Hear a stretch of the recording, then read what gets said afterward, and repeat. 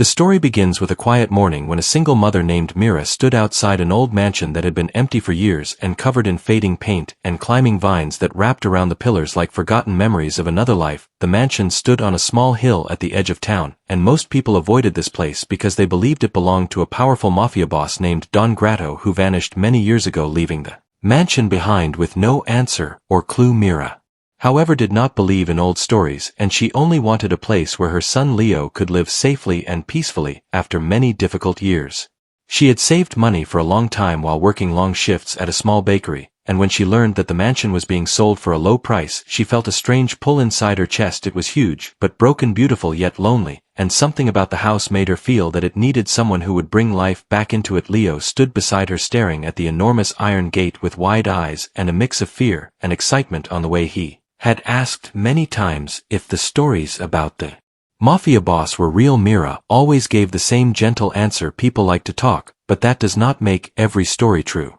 When she pushed the gate, the sound of metal echoed across the empty yard. The path was cracked and covered with dry leaves. The windows were dusty, and the doors heavy, as if they were waiting for someone strong enough to open them. Once inside, Mira felt a mix of calm and mystery. The entrance hall was huge with tall ceilings and a grand staircase, but every step created a soft creak, and every shadow seemed to hold a secret. The air smelled of wood, dust, and old memories. Leo ran ahead, exploring each corner with curiosity, while Mira moved slowly, touching the railing and noticing small carvings of lions, roses, and shield symbols she did not understand. That first night in the mansion felt strange. They had only one working lamp and a few boxes, but Leo laughed as he jumped on a dusty couch, pretending it was a royal throne. Mira watched him and smiled, knowing that she had made the right choice. Still, when the wind blew across the hallway, she felt something cold travel along her arms, like the house was breathing. Mira shook off the feeling and focused on settling in. She had learned to survive all her challenges, so a silent house could not scare her. The next morning, Mira began cleaning the mansion room by room, pulling off old curtains, sweeping thick dust, and opening windows that had not seen sunlight in years. As she worked, she noticed hidden drawers behind walls, loose floorboards, and metal locks that looked older than the house itself. She did not open them right away because she wanted to finish cleaning first, but she kept thinking about what might be inside. Leo found a door in the hallway that led downward, and he called out to her with excitement, asking what was inside. Mira stood at the entrance of the staircase, looking down into the darkness. The basement had no light, and a cold air rose from it, as if it were a cave. She gently pulled Leo away, saying they would check it later when they had proper tools. For now, she locked the basement door and kept the key with her.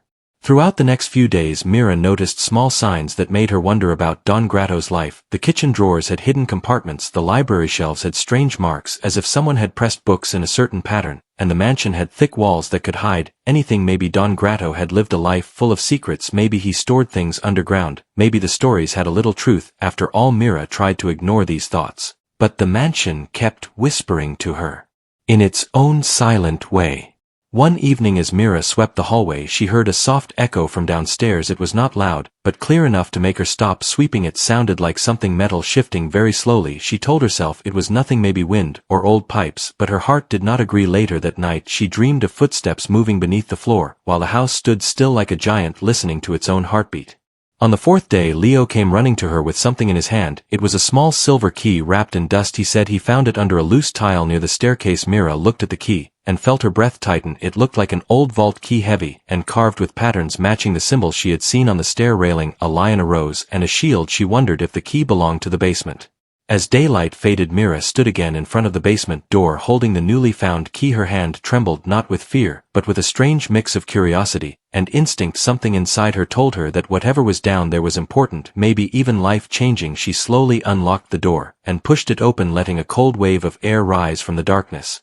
Leo stood behind her, waiting for her courage. Then Mira took the first step downward. The old wooden stairs creaked under her feet, and the dim hallway above grew smaller and darker. They moved deeper until the faint trace of a metallic smell reached them, not unpleasant, but sharp, like air trapped for many years. When they reached the bottom, Mira raised her lamp, and the light spread through the basement walls, revealing old shelves, boxes, and something hidden behind a heavy curtain. She felt her heart pound. The silence was so deep that she could hear her own breath. The mansion was no longer just a house, it was a keeper of secrets that Don Gotti never meant to leave behind. Mira stepped closer, ready to pull the curtain aside, unaware that what she would uncover in this basement would change her life forever. Mira stood in front of the curtain with the lamp shaking a little in her hand as the shadows around her moved gently with the flickering light. The basement felt too still, like everything inside it was waiting for her to take the next step. She looked at Leo, who held her sleeve tightly, but his eyes shone with curiosity. Mira took a deep slow breath and reached for the heavy curtain, wondering what Don Gratto had hidden here so long ago. When she pulled the curtain, the dust fell around them like soft gray snow, and the basement revealed a large metal door built into the wall. It was not like a normal door, it looked like a vault door, thick, cold, and strong, with a round handle, and strange carvings matching the silver key symbols, a lion, a rose, and a shield. Mira whispered to Leo that this must be why the tile was loose upstairs. Don Gratto must have hidden the key carefully so only someone determined enough could find it. She placed the key into the vault lock and heard a sharp click that echoed through the basement. The sound felt heavy, like it had been trapped for years, and now it had woken something. Mira slowly turned the key, and the handle moved. The vault door opened with a long, deep groan, releasing a wave of cold air that had been trapped inside for a lifetime. Leo stepped behind her as Mira raised the lamp higher to see what was inside. The vault room was surprisingly large, with clean metal walls. Although time had left thin marks along the edges, there were shelves lined with old folders, boxes sealed with wax, and small locked containers. On one table lay a leather notebook that looked different, almost too clean, as if someone had placed it there more recently. Mira felt a strange shiver because the rest of the room felt untouched, yet this notebook looked like it had been waiting for her.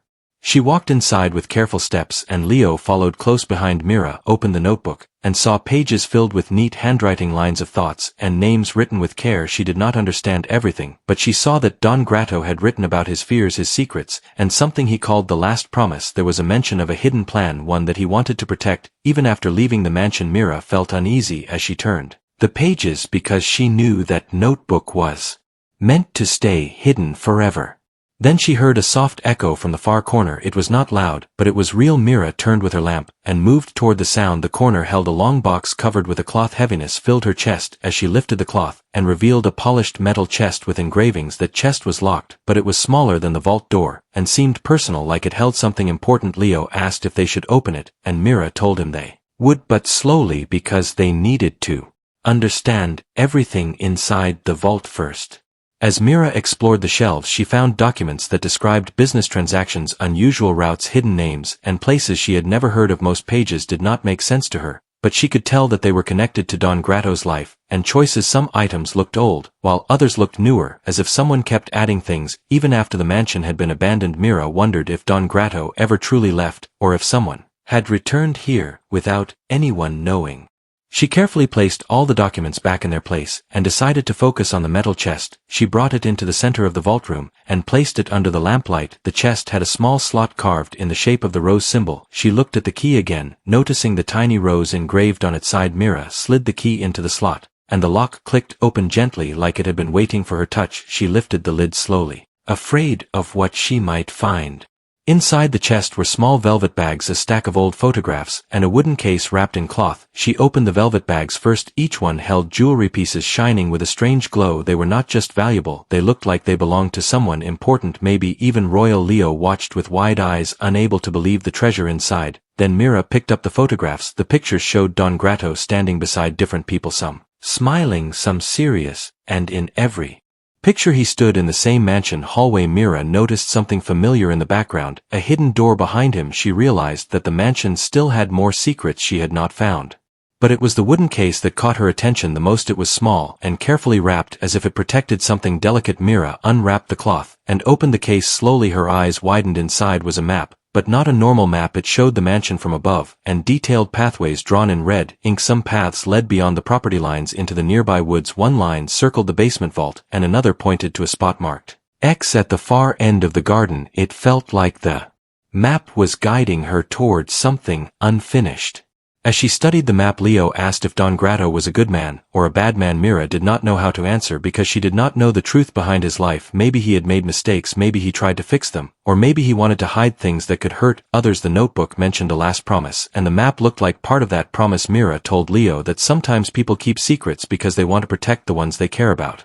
Just as she said this, a soft sound came from the staircase above. It was faint, but clear. Someone was moving in the house. Mira quickly blew out the lamp and held Leo close. The vault room dipped into darkness, but Mira kept herself calm. Her heart raced, but she listened carefully. The footsteps were slow, as if the person was trying to avoid being heard. Mira waited silently, hoping the person would leave. After a long moment, the footsteps faded, and the house grew still again. Mira lit the lamp again and looked at Leo. His face showed fear, but also trust. She knew she had to stay strong for him. Whatever secret the mansion was hiding, it was not just an abandoned memory, it was connected to people who might still be watching. She packed the map, the notebook, and the chest items into a small bag and locked the vault door again, making sure the key stayed with her. As she climbed the basement stairs, she felt the house colder than before, as if the walls knew she had uncovered something important. Mira glanced back one last time before closing the basement door behind her. Upstairs the air felt different, like someone had moved through the halls recently. She locked the basement door and placed the key deep inside her pocket. Mira knew she had stepped into a story far bigger than she expected. She had bought a mansion for peace, but now she had inherited a mystery that Don Gotti had never solved. She looked at Leo sleeping on the couch and promised herself that she would protect him no matter what. The secrets of the basement were only the beginning, and whatever waited in the garden marked with an X was the next part of this strange path. Mira whispered to herself that she would face whatever came next because she was not afraid. She had survived everything life had thrown at her, and she would survive this too. But she did not know that someone outside the gate had been watching her since the day she moved in, waiting for the moment she opened the vault. The next morning Mira woke before sunrise and stood near the window watching the mist cover the garden like a soft blanket, hiding every corner from her eyes. She kept thinking about the map she found in the chest, and the big X marked at the edge of the garden. The thought stayed in her mind like a quiet whisper, reminding her that something important waited outside. She did not want to involve Leo in anything dangerous, so she planned to explore the place while he was busy inside drawing or reading. After preparing breakfast, Mira stepped outside with a map folded carefully in her pocket. The morning air felt cool, and the wind moved across the grass in slow waves. The garden behind the mansion was far bigger than it looked from the windows. There were dried fountains, broken statues, and trees that looked older than the house itself. As she walked deeper, she felt the strange silence of the place. The garden felt forgotten yet full of memories buried under soil and stone.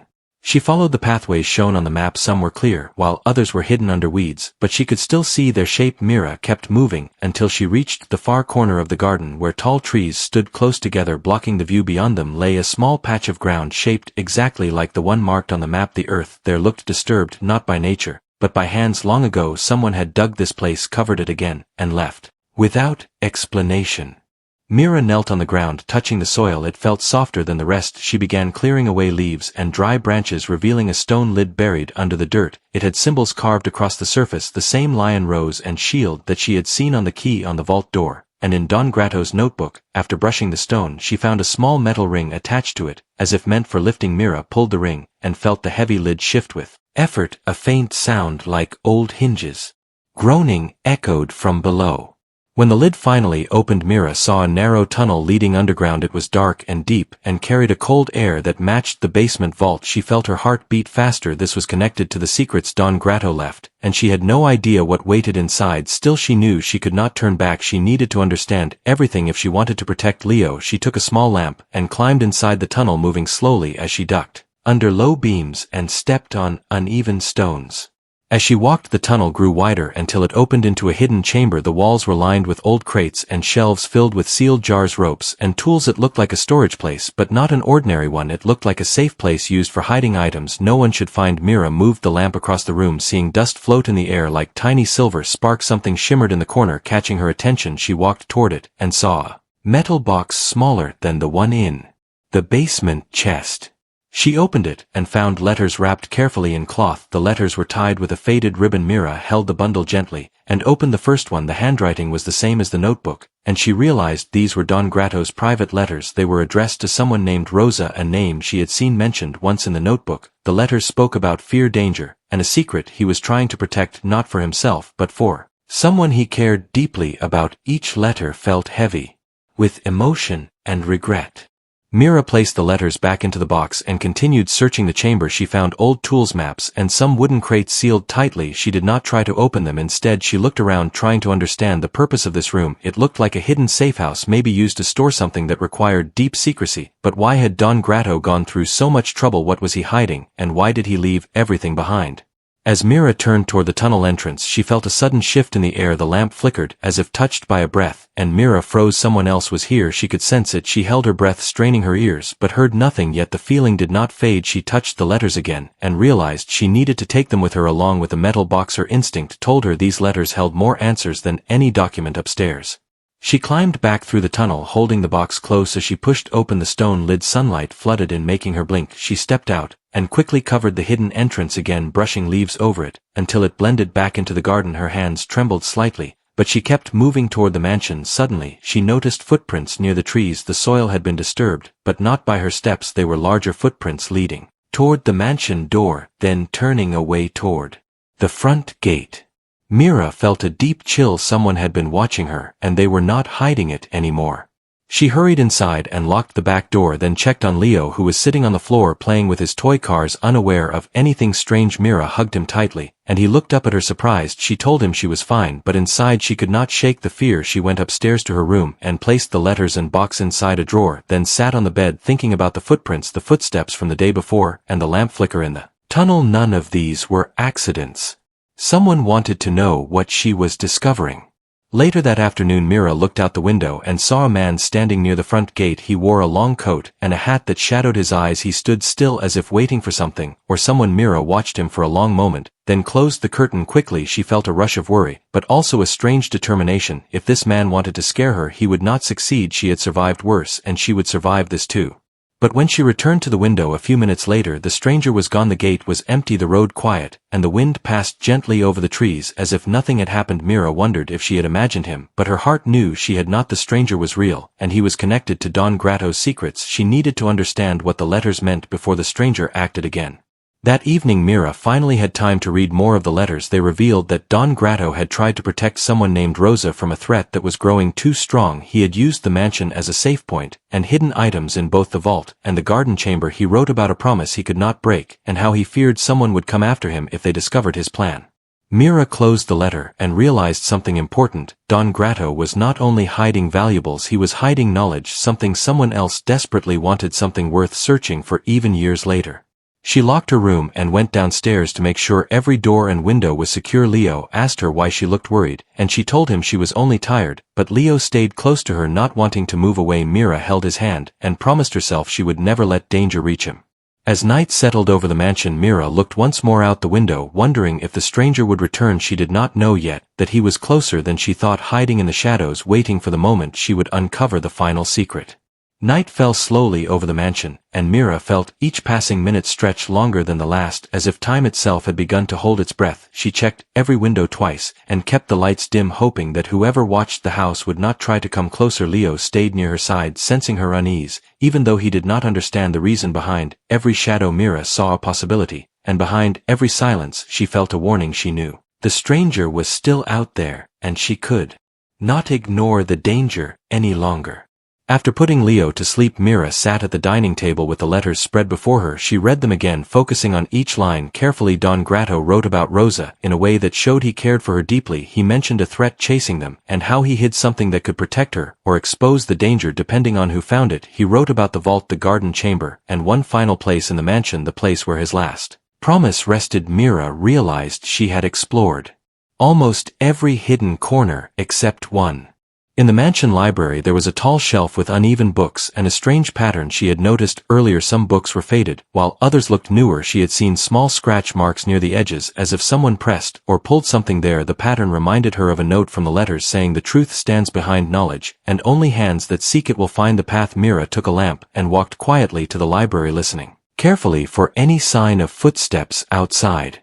When she reached the shelf, Mira touched the books gently, and noticed a slight shift. When she pressed a particular spine, a soft click echoed behind the shelf, and the entire panel moved slightly backward. Her heart quickened, but she pushed the shelf slowly, until it revealed a narrow passage behind it. The air from the passage felt cold like the basement, and carried a faint scent of old paper and stone. She stepped inside, holding the lamp high, and followed the narrow hall, until she reached a small room hidden deep within the house walls. The room contained a single wooden table with a sealed envelope placed in the center, almost untouched by time. Dust lay across the room, except on the envelope. It seemed placed recently, as if delivered by someone who knew Mira would find it. The envelope carried the same symbols she had seen everywhere: the lion, the rose, and the shield. Mira wondered if Don Gratto left this before vanishing, or if someone else had placed it here. She opened it with careful hands and found a letter inside, written in the same handwriting as the others. The letter explained everything. Don Gotti wrote that he had discovered information about a powerful group involved in dangerous activities. He tried to protect Rosa because she had proof that could reveal their secrets to the world. The group threatened him, forcing him to hide valuables, maps, and documents across the mansion. He planned to return one day and finish what he started, but he never got the chance. Before disappearing, he hid one final item in the mansion basement and sealed everything, with hope that someone good would find it. At the bottom of the letter was a message written with urgency. If you are reading this, then danger is near. Protect my final proof. Do not trust those who come searching. They know what I hid. They will follow the map and the letters. They will come for the vault, and they will not stop until every trace is erased. Mira felt her breath tighten. Someone was searching already. She had noticed the footprints, the stranger at the gate, the footsteps in the hall, and the flicker in the tunnel. Nothing was coincidence. Suddenly Mira heard a soft thud from outside the library window. She quickly put the letter away and moved silently toward the curtain. Peeking through the edge, she saw the stranger again, standing in the moonlight. His face was still hidden under the hat, but his posture showed he was waiting. Mira felt fear, but also anger rise inside her. She whispered to herself that she would not run, and she would not give up the truth. She had Leo to protect, but she also felt a responsibility to finish the story. Don Gotti could not finish. Mira backed away quietly and moved to the basement door. She unlocked it with a silver key and stepped down the stairs slowly. The air felt colder than before, and the silence heavier. When she reached the bottom, she went straight to the vault and unlocked it again. Her hands moved quickly, but her mind remained steady. She knew what she needed to do. She took the chest with the map, the notebook, and the letters and placed them in a cloth bag. She also took the small metal proof hidden under the papers. A flash drive sealed in a protective case. This was the item Don Gotti mentioned, the final evidence. As Mira prepared to leave, she noticed something new. The basement door she had left open was now slowly closing. Mira froze. Someone else was down there. She turned off the lamp and held Leo's old wooden toy for comfort, her hand trembling slightly. In the darkness, she heard slow, careful footsteps coming down the stairs. The stranger had entered the house.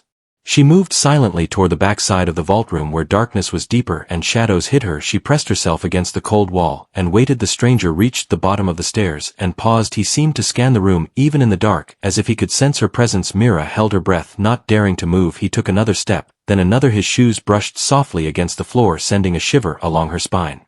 Just when he reached the center of the room, Mira made her move. She dashed toward the tunnel she had discovered from the garden. It was narrow and dark, but she knew the path. She crawled through quickly, clutching the bag close to her chest. She heard the stranger rush forward, but his footsteps stopped at the vault. He was searching the shelves, opening boxes, scattering items, trying to find what she had taken. Mira slipped through the tunnel and climbed out into the garden, quietly covering the entrance again with leaves.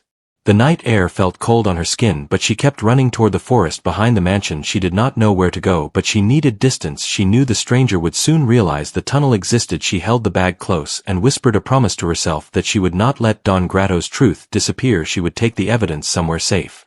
At the edge of the forest, she turned back and saw the mansion glowing faintly under the moonlight. It looked peaceful from far, but inside danger moved through its halls. Mira felt a mix of sadness and strength. She had bought the mansion hoping for a quiet life, but fate had chosen her to carry a secret hidden for years. She now understood why the mansion felt alive. It was waiting for someone brave enough to uncover its story. Mira walked deeper into the forest, knowing she would not return until she found a safe place for the truth. She knew the stranger would keep searching, but she also knew she had something he would never understand: the courage to protect what mattered, the strength to face danger, and the heart to keep her child safe. And with each step she took, she felt the weight of Don Gotti's promise on her shoulders, a promise she was now ready to fulfill, because sometimes even the most ordinary person can finish the story that someone else began.